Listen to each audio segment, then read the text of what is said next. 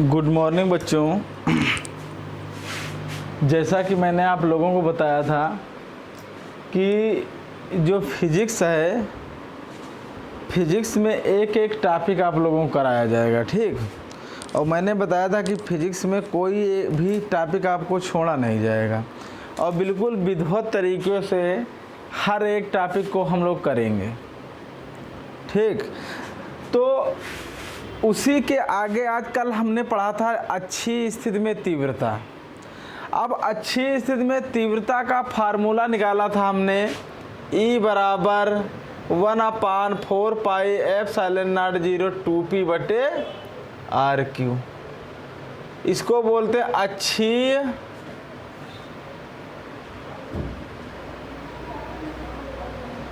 स्थिति में तीव्रता, या इसको क्या बोलते हैं, अनुदैर्ध्य स्थिति में तीव्रता। क्या बोलते हैं? अनुदैर्ध्य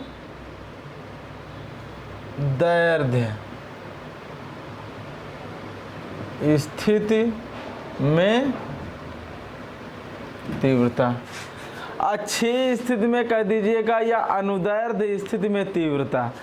तो ये जो है हमारी, हमने कल इस चीज़ को पढ़ लिया था और पढ़ने के बाद अब इसी को हम लोग आगे इसके आगे कंटिन्यू करते हैं क्लास को। और मैंने आप लोग, कुछ लोगों कमेंट्स कल आए थे मेरे पास में, कह रहे थे कि सर क्लियर नहीं दिखाई पड़ता है। तो क्लियर के मैं आपको क्लियर के लिए बता दूं कि आप लोग थोड़ा क्या है उसकी पावरटी बढ़ा लीजिएगा। जहाँ पर आपने देखा हो, जहाँ पर हम लोग वीडियो देखते हैं, वीडियो देखने लास्ट में 3 बिंदियाँ बनी होती, उसको दबाएंगे और दबाने के बाद वहाँ पर आपको आ जाएगा 144 पे देख रहे हैं, 160 पे देखें, तो आप लोग 360 पे देखिएगा, बिल्कुल क्लियर दिखेगा, ठीक। बिल्कुल आप लोगों को क्लियर दिखेगा। तो देखिएगा, इसी को आगे लेकर हम लोग फिर से आज एक बार इसी को आगे लेकर बढ़ते हैं। और आज हम लोग शुरू करते हैं निरक्षीय स्थिति में तीव्रता। देखिएगा, हेडिंग सब लोग डाल लेंगे, निरक्षीय स्थिति में तीव्रता। क्या डाल लेंगे? निरक्षीय स्थिति में तीव्रता, या इसको हम बोलते हैं अनुप्रस्थ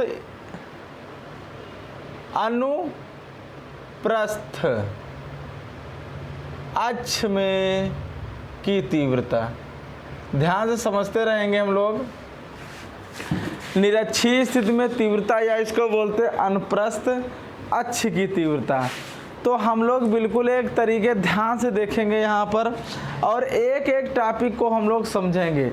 तो ध्यान से सुनिएगा। निरक्षीय स्थिति में तीव्रता या अनुप्रस्थ अक्ष, इसको कहीं कहीं पर आप लोगों की परीक्षाओं में पूछ दिया जाता है। वैसे अधिकतर यही वाला पॉइंट पूछा जाता है। अगर इसकी बजाय ये कह दे तो आप लोग कंफ्यूज मत होइएगा, वो निरक्षीय स्थिति का है या अनुप्रस्थ स्थिति का है। तो आप लोगों को सदैव ध्यान रखना है कि हमें जो सिद्ध करके लाना है, दोनों में से एक ही लाना है, ठीक। तो हम लोग देखते हैं, डाल ली हेडिंग। अब इसको मिटा देते क्योंकि हमारे पास जगह है कम, तो इसीलिए हम लोग इसको मिटा दें, ज़्यादा अच्छा रहे। तो हम लोग देखते हैं, यहाँ पर मान लेते हैं, ये मान लेते हैं, माना ये 2 आवेश हैं, माना 2 आवेश, एक है -q, दूसरा है +q। माना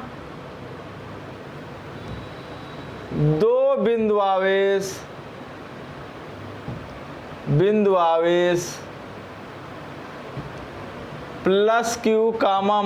-q दूरी पर, +q, -q दूरी पर क्या है, रखे हैं। ऐसे निकाय को वैद्युत द्विध्रुव कहते हैं। क्या कहते हैं? वैद्युत द्विध्रुव कहते हैं। ध्यान से समझते रहिएगा, वैद्युत द्विध्रुव कहते हैं। अब यहाँ पर देखिएगा, ये है हमारा बिंदु, डाल लेते हैं ए पॉइंट। इसको डाल लेते हैं यहाँ पर बी पॉइंट। अब यहाँ पर हम लोग क्या करेंगे, इसको ऐसे मिला देंगे, ध्यान से सुनिएगा, इसको ऐसे मिला दिया हमने और इसको ऐसे मिला दिया, ठीक। अब ये प्लस क्यू तथा माइनस क्यू दूरी पर रखे हैं, प्लस क्यू तथा माइनस क्यू आवेश, यहाँ पर भाषा को शुद्ध लिखिएगा, प्लस क्यू तथा माइनस क्यू आवेश, प्लस क्यू और माइनस क्यू आवेश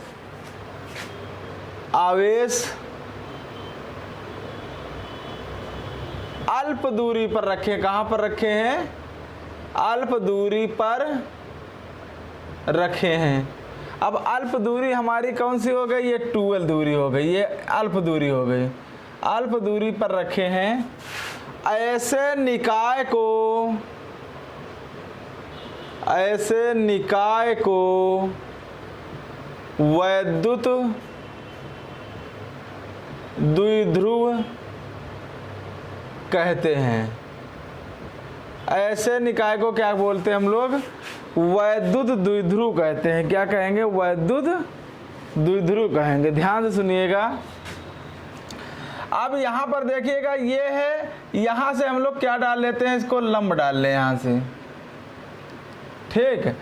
अब ये यहाँ से इसका ये मिडिल पॉइंट हो गया, ये मिडिल पॉइंट हो, ये अगर 12 दूरी है तो ये कितनी हो गई L, और ये भी कितनी हो गई L, हो गई कि नहीं। अब ध्यान से थोड़ा सुनिएगा, ये दूरी हम लोग मान लेते हैं R। कितनी दूरी मान ली हमने, R मान ली है। तो देखिएगा ये वाली तीव्रता, ये इसकी तीव्रता इधर होगी, ये हो जाएगी कि नहीं, ये, ठीक। अब ये B है, अब B के कारण तीव्रता कहाँ होगी, अगर ये हम लोग अगर ऐसे इसको ऐसे मान लें, अगर ये अच्छे, तो यहाँ पर ये कोण अगर ऐसे मान लें थीटा कोण पर, ये थीटा कोण पर, और ये भी थीटा कोण पर मान लें, तो ये क्या बन जाएगा हमारा, इसमें घटक कहाँ पर आएगा, इसमें घटक नीचे की ओर आएगा, इसमें घटक ऊपर की ओर जाएगा ऐसे। तो यहाँ पर बन जाएगा ई बी कॉस थीटा। अब यहाँ पर ये क्षैतिज घटक जो बन जाएगा, ये बन जाएगा यहाँ पर से इस कोण के ई बी ए कॉस थीटा। ध्यान से सुनेंगे, इस वाले कोण के लिए जो घटक हमारा बनेगा ई ए कॉस थीटा बनेगा, और इस वाले के लिए जो घटक बनेगा ई बी कॉस थीटा बनेगा, ठीक। तो अगर हम लोग देखें इसकी परिणामी तीव्रता, देखें परिणामी तीव्रता तो इधर ही होगी परिणामी तीव्रता। अब जब इसकी हम लोग परिणामी तीव्रता देखें, परिणामी बिंदु यहाँ पर होगा, बिल्कुल यहाँ पर होगा कि नहीं। तो यहाँ पर हम लोग इसको अगर ऐसे थोड़ा हम बढ़ा लेते हैं, ऐसे बढ़ा लें, तो यहाँ पर ये परिणामी बिंदु हो गया ई परिणामी बिंदु हो गया। तो इसकी देखी जाए, अगर परिणामी तीव्रता देखी जाए, तो परिणामी तीव्रता क्या हो जाएगी, परिणामी तीव्रता क्या हो जाएगी इसकी, ध्यान से सुनिएगा, ई बराबर ई ए कॉस थीटा प्लस ई ए का ई बी कॉस थीटा। ध्यान से सुनेंगे हम लोग, ठीक। E A cos theta into E B cos theta. अब यहाँ पर ई बराबर कितना हो गया, का E A plus E B cos theta. अब कॉस थीटा बराबर देखिएगा क्या होता है, ये अगर हम लोग कोण मान लें, ये वाला कोण थीटा मान लें, इसका एकांतर कोण यही तो होगा, ठीक।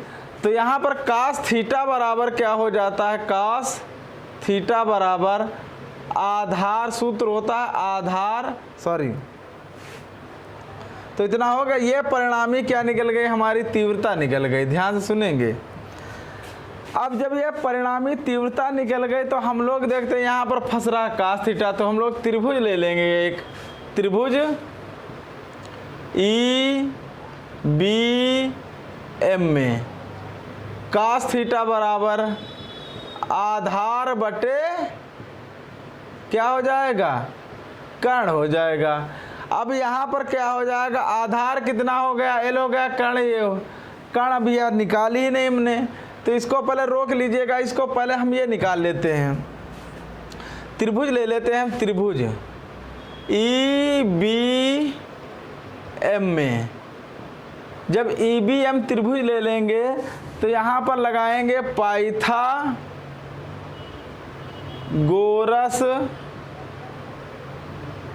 प्रमेय से। क्या होता है, कर्ण का स्क्वायर बराबर आधार का स्क्वायर धन लंब का स्क्वायर। कर्ण कितनी हो गई,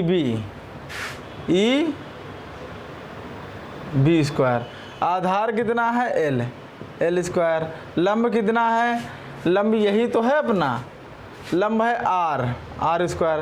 तो EB बराबर यहाँ पर निकल के आ गया हमारा √L square plus R square. ये मान निकल के आ गया हमारा EB, ठीक, ये EB निकल के आ गया। तो यहीं पर हम लोग देखते हैं कास त्रिभुज, फिर लेते हैं त्रिभुज EBM से। तो यहाँ पर थोड़ा ध्यान दीजिएगा, अगर ये दूरी हमारी कितनी आ गई है, √L square plus R square, तो जितनी ये होगी, अगर इधर से कोण थीटा मान ले तो ये भी इतनी हो जाएगी, क्योंकि इसका एकांतर कोण ये है। तो इधर से देखा जाए, इधर हल्का सा ले ले तो ये भी इसका एकांतर कोण इधर ही बनेगा आगे। तो देखिएगा ये अगर कोण थीटा मान तो ये भी L square plus R square हो जाएगी, क्योंकि जितनी L ये है, L ये भी है, R ये है, R ये। अगर आप पाइथागोरस प्रमेय लगाएं तो ये अगर निकालते हैं हम तो यही निकल के आएगी, ठीक। तो यहाँ पर हम लोग लगा दे त्रिभुज EBM से। जब त्रिभुज EBM ले लेंगे हम लोग, ध्यान से सुनेंगे, जब त्रिभुज हम लोग EBM ले लेंगे तो यहाँ पर क्या आ जाएगा, कास थीटा बराबर आधार बटे, सूत्र क्या लगाएंगे, कर्ण। अब आधार कितना है, ध्यान से सुनेंगे, आधार कितना है, आधार है L और कर्ण कितनी हो गई, √L स्क्वायर धन R स्क्वायर, ये हो गया। अब कास थीटा का मान उठा के यहाँ पर रखेंगे, कास थीटा का मान समीकरण 1 में रखने पर। अब यहाँ पर देखिए E बराबर क्या हो जाएगा, EA प्लस EB, और कास थीटा का मान कितना हो गया, L बटे √L स्क्वायर धन R स्क्वायर। इस समीकरण को डाल लेते हैं 2। अब यार देखिए हम लोग फंस कहाँ पर गए, अब EA नहीं मालूम ना ही EB मालूम है, तो देखिएगा निकालते, पहले तीव्रता निकालते हैं। बिंदु A के कारण तीव्रता EA बराबर सूत्र क्या होता है, 1/4 पाई एप्सिलॉन 0 Q बटे R स्क्वायर होता है कि नहीं। अब R की जगह पर वैल्यू कितनी है, यहाँ पर लिख लेते, किसी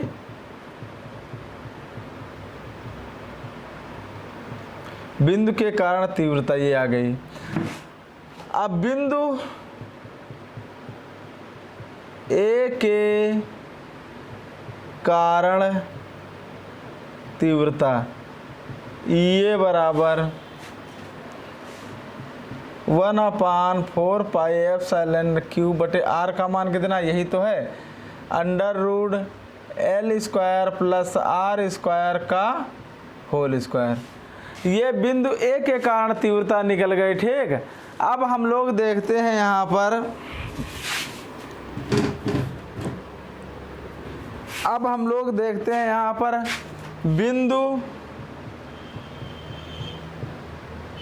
B के कारण तीव्रता EB हो जाएगा, EB। अब देखिए तीव्रता का फार्मूला तो यही लगेगा, मगर B के कारण दूरी यही तो है अपनी, 1/4πε0 क्यू बटे आर की जगह पर under root L square plus R square का होल स्क्वायर। अब देखिएगा ये हमें कितनी इक्वेशनें प्राप्त हो गई। यहाँ पर ये समीकरण 3 बन गई और ये समीकरण 4 बन गई। समीकरण 3 और 4 का मान इसमें रखेंगे, समीकरण 2 में। देखिएगा समीकरण 3 और 4 का मान किस में रखेंगे। अब यहाँ पर देखिएगा हम लोग लिखेंगे, थोड़ा इधर हम लोग एक लाइन बना लेते हैं लिखने के लिए। समीकरण 3 व 4 का मान समीकरण 2 में रखने पर। अब देखिएगा समीकरण 2 ये है कि नहीं। तो यहाँ पर हम लोग देखते हैं ई बराबर ये का मान कितना है, ये रखा हुआ रखिएगा 1/4πε0 क्यू बटे अंडर रूट एल स्क्वायर धन आर स्क्वायर का होल स्क्वायर प्लस 1/4πε0 क्यू बटे under root L square plus R square का होल स्क्वायर। अब यहाँ पर इतना आ गया ये, ठीक। अब यहाँ पर बचा के एल बटे under root L square plus R square, ये आ गया। अब कॉमन ऊपर से क्या ये कितने हो गए, 2 हो गए कि नहीं। इनको जोड़ दीजिएगा। जब जोड़ देंगे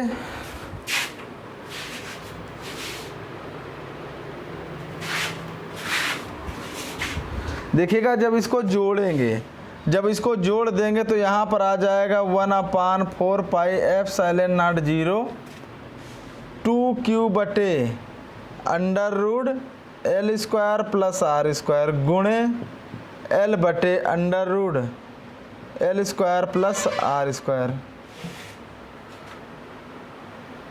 अब यहाँ पर देखिएगा एक फार्मूला हमने बताया था आप लोगों को, देखिएगा ई बराबर यही तो हमने निकाला है। ई बराबर होता है 1/4πε0 2q इंटू एल बटे कितना हो जाएगा under root L square plus R square का कितना हो गया, ये हो गया, ये 2 पावर हो गई इसकी ना, और ये इस पर 1 घात है तो ये 3/2 हो गया। तो यहाँ पर ई बराबर आ गया 1/, यहाँ पर हम लोग देखते हैं सूत्र में P बराबर होता है Q इंटू 2L। तो ई बराबर यहाँ पर निकल के आ गया 1/4πε0 P बटे, यहाँ पर आइए अब देखिएगा, यहाँ से थोड़ा दिमाग चलाइएगा। यहाँ पर लिखा है L square plus R square की घात हो जाएगा 1/2 और गुणे कितना हो जाएगा 3/2। इससे ये इसे कैंसिल हो जाएगा कि नहीं, हो जाएगा।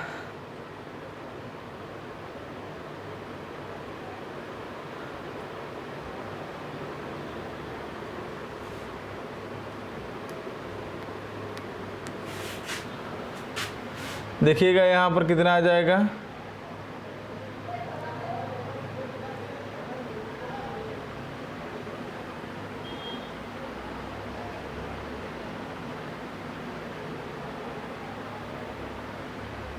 गड़बड़ हो गया कहीं पे हैं।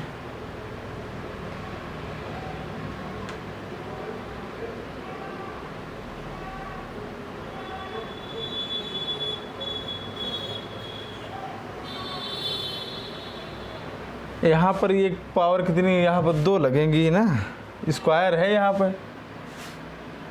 पर देखिएगा ये कितना हो जाएगा, ये 2 घाते हैं और इस पर आधी, 2 और आधी कितनी हो गई, 2.5 हो गए, 5/2 हो जाएंगे घाते। यहाँ पर 5/2 हो गया। अब यहाँ पर देखिएगा इस पर से वर्ग हटाएंगे तो यहाँ पर हो जाएगा कितना हो जाएगा भाई, यहाँ पर ये 2 घाते हो गए, होल स्क्वायर हो गया कि नहीं, ठीक, होल स्क्वायर 2 और इस पर आधी कितनी हो गई, 2.5 हो गई कि नहीं। तो यहाँ पर कितना हो गया 5/2 ई बराबर 1/4 पाई एप्सिलॉन नॉट 0। अब यहाँ पर क्या है,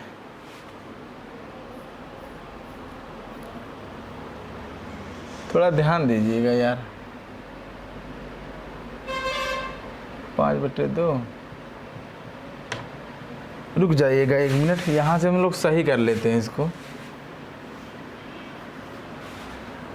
यहाँ पर देखिएगा कितना है, यहाँ पर देखिएगा ये वर्ग लगा हुआ है कि, तो ये वर्ग और रूट गायब हो जाएगा, तो इस पर घात कितनी बचेगी, ये वर्ग और रूट गायब हो गया।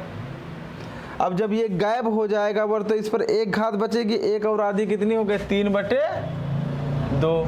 तो यहाँ पर आ गया p/L² प्लस R² की पावर 3/2। अब यहाँ पर मान लेते हैं, माना L² लगभग में क्या है 0, तो E बराबर कितना आ जाएगा 1/4 पाई एप्सिलॉन नॉट p/R की पावर 2 गुणे 3/2, 2 से 2 कैंसिल हो गया, तो E बराबर कितना आ गया 1/4 पाई एप्सिलॉन नॉट 0 p/R की, यही आंसर आ गया। तो ये हमें निरक्षीय स्थिति में तीव्रता आ गई। तो बच्चों ये क्लास आप लोगों को कैसी लगी है, इसको आप लोग कमेंट बॉक्स में ज़रूर बताइएगा। अगर आपको ये क्लास अच्छी लग रही है तो अपने दोस्तों के साथ ज़्यादा से ज़्यादा शेयर करें और लाइक करें, ठीक। तो ये क्लास कैसी आपको लगी है देखिएगा, ना समझ में आए तो कमेंट बॉक्स में ज़रूर बताइएगा, फिर से मैं इसको एक बार रिवाइज कर दूंगा और फिर इसी को लेकर आगे बढ़ूंगा। आज के लिए बस इतना ही, जय हिंद।